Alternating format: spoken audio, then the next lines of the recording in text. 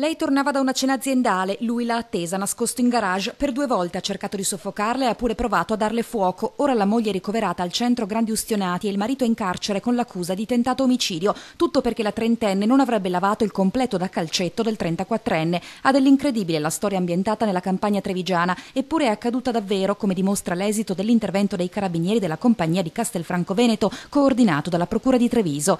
L'arresto di un giovane uomo di 34 anni, padre di 2 bambini, responsabile di aver tentato di uccidere la moglie. L'aggressione alle 23:30 a Loria, nel seminterrato di casa, secondo la ricostruzione degli inquirenti, degenera subito il diverbio fra i coniugi, entrambi impiegati. L'uomo tenta di strangolare la donna, che perde i sensi, così la carica a bordo della sua Daihatsu Sirion e si mette in viaggio verso Altivole. Durante il tragitto lei riprende conoscenza, così lui riprova a strozzarla. La trentenne si risveglia a Spineda, dove la macchina scavalca un fossato e si ferma a ridosso di un traliccio. Il 34enne esce dal finestrino, preleva dal bagagliaio una tanica di benzina, cosparge la vettura di carburante e appicca un rogo, poi scappa a piedi rincasando con una distorsione a un piede. Nel frattempo la moglie viene soccorsa da un passante, ora ha ustioni di secondo e terzo grado al volto e alla mano destra. Volevo fare un gesto forte ma non intendevo ucciderla e ora sono preoccupato per lei e i nostri figli, avrebbe pianto il marito durante l'interrogatorio. Dalle indagini emerge che ci siano stati